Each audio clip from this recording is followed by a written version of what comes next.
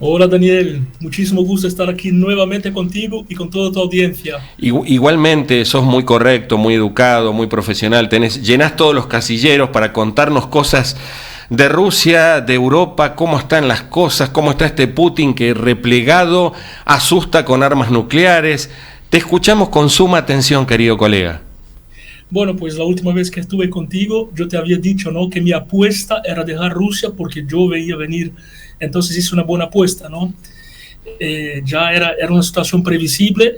La situación, bueno, para explicar un poco a la audiencia, sobre todo al ama de casa, ¿no? Que por ahí no entiende mucho el porqué de ese conflicto. Aparentemente, bueno, Rusia estaría perdiendo esa guerra, ¿no? Porque, bueno, Ucrania tiene el apoyo del Occidente. De cierta forma, es una guerra proxy, ya a esas alturas, que es una guerra proxy, es una guerra donde Ucrania ya no es el agente principal.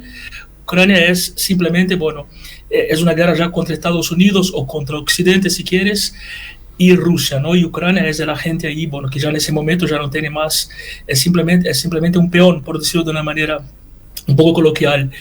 Y bueno, y Putin se ve acorralado y entonces, bueno, hace esa medida. ¿Cuál es la estrategia? Hace ese referendo. Obviamente que el referendo, primero que el referendo, obviamente que fue manipulado, estaba ya cantada el resultado, ¿no es cierto? En segundo lugar, solo vota en un referendo solamente quien está apoyando a Rusia en todos casos, obviamente, ¿no? Un referendo que no es oficial. Entonces, bueno, con ese referendo Putin tiene legalmente, porque, bueno, va a decir, bueno, a partir de ahora vamos a anexar esas tierras a Rusia. Entonces, legalmente, delante de la Constitución, él puede, como ahora los territorios serán oficialmente rusos, entonces Rusia, al verse amenazada en su existencia por la Constitución, Putin puede, ante el Parlamento, convocar soldados, incluso utilizar armas nucleares para defenderse. ¿Vos Pero crees? hay otra alternativa, ¿no? Es muy difícil estar en la cabeza de alguien y pedirte opinión por la cabeza de alguien.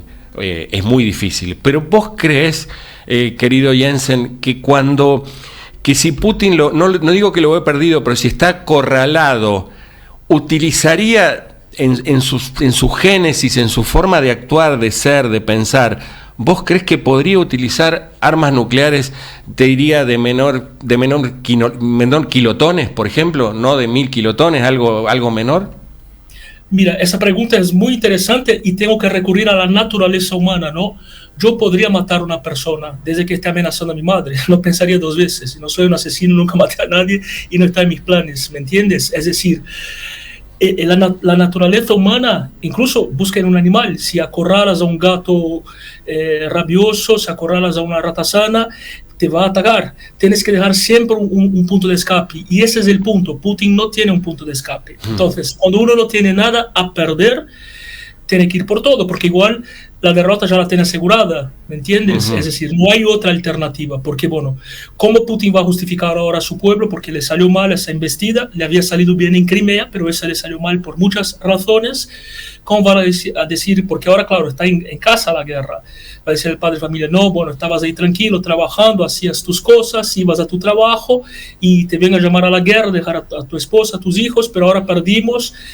Rusia está completamente aislada, entonces sí, por un lado también Occidente tiene cierta responsabilidad, ¿no? Exacto. Como que yo viera, por ejemplo, a un hombre de 20 años pegándole a un niño de 10 años y en vez de pegarle directamente a este hombre y defender al niño, yo le doy armas al niño.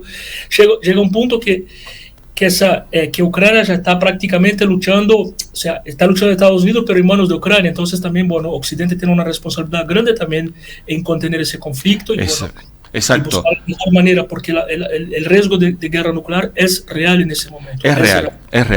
No queremos que pase, probablemente no pase, pero el riesgo existe y nunca hubo ese riesgo desde la Segunda Guerra Mundial. Exacto, era Segunda Guerra, después de Guerra Fría, eran amagues, mirá que te voy a tirar, pero era Guerra Fría, esto ya no es frío, estás arrinconando a un, no sé si un león herido, pero a un león grande, muy, con una mentalidad muy espartana, muy cuadrado, que no va a entregar su derrota, no la va a entregar.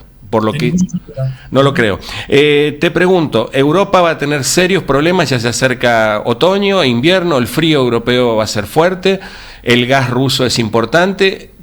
¿Qué pensás de esto y cómo va a repercutir en América Latina? Bueno, obviamente que eso ya repercutió en todo el mundo, ¿no? Los precios del petróleo, del crudo, las bolsas de valores, ¿no? Ya están afectadas. La bolsa de Brasil, por ejemplo, ayer cayó muchísimo con esas cuestiones de guerra. Eso siempre afecta a América Latina, siempre. América Latina siempre se ve afectada por todo lo que pasa allí. En Europa, bueno, a mí me gusta como periodista siempre buscar en primera persona, ¿no? Entonces, bueno, esta semana hablé mucho con Rusia. Muchos amigos míos que apoyaban la guerra ahora están intentando de todas maneras escaparse.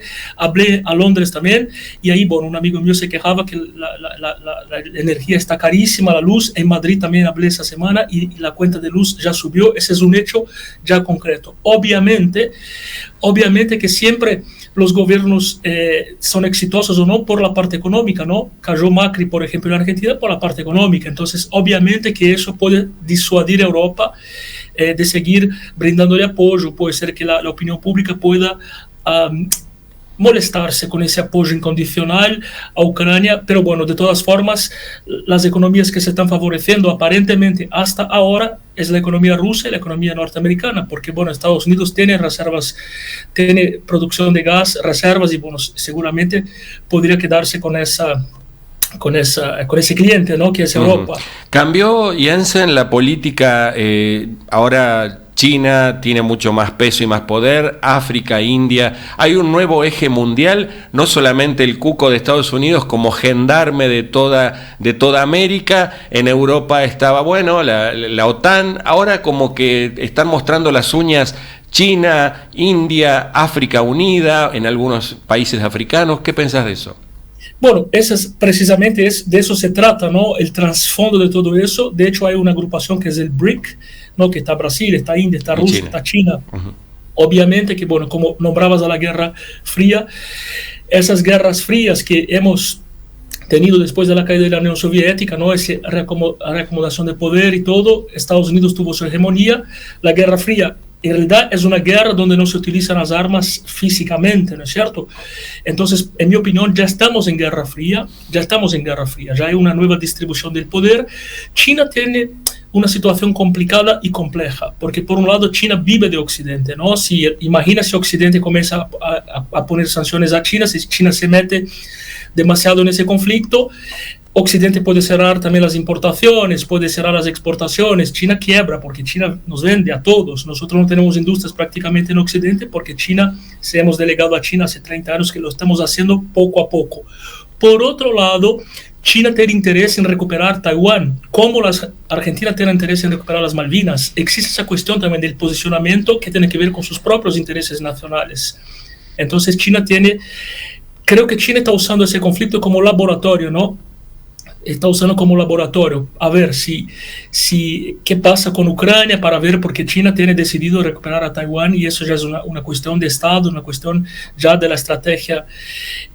Ahora, si Rusia usa las armas nucleares, China e India van a molestarse, eso ya está dicho, porque incluso ya hay conversaciones diplomáticas en esta semana ocurriendo, ¿no? China no apoya el uso de armas nucleares e India tampoco. Incluso cualquier utilización de armas nucleares en Ucrania, eso, por más que sean armas estratégicas, no localizadas, eso podría afectar mucho también a la propia población rusa. Es una cosa un poco bizarra, claro, porque eso queda ahí esparcido en el aire. El año pasado tuve la oportunidad de estar 3 veces en Ucrania, ¿no?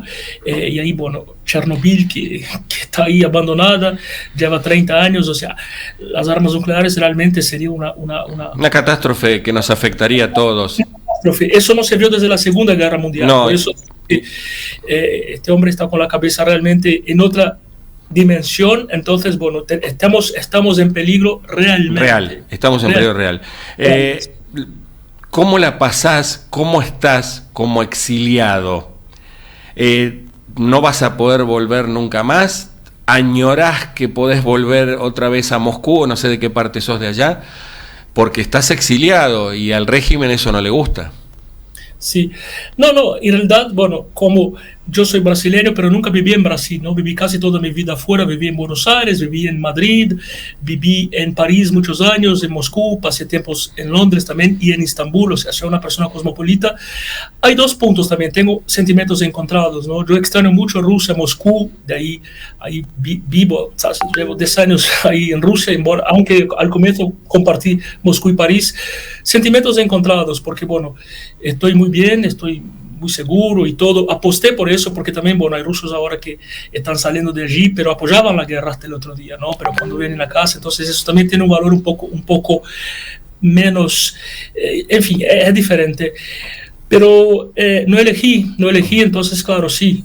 Creo que volveré cuando, bueno, ese régimen no esté más, o tal vez no vuelva nunca más, ¿no? Claro, vaya uno a saber.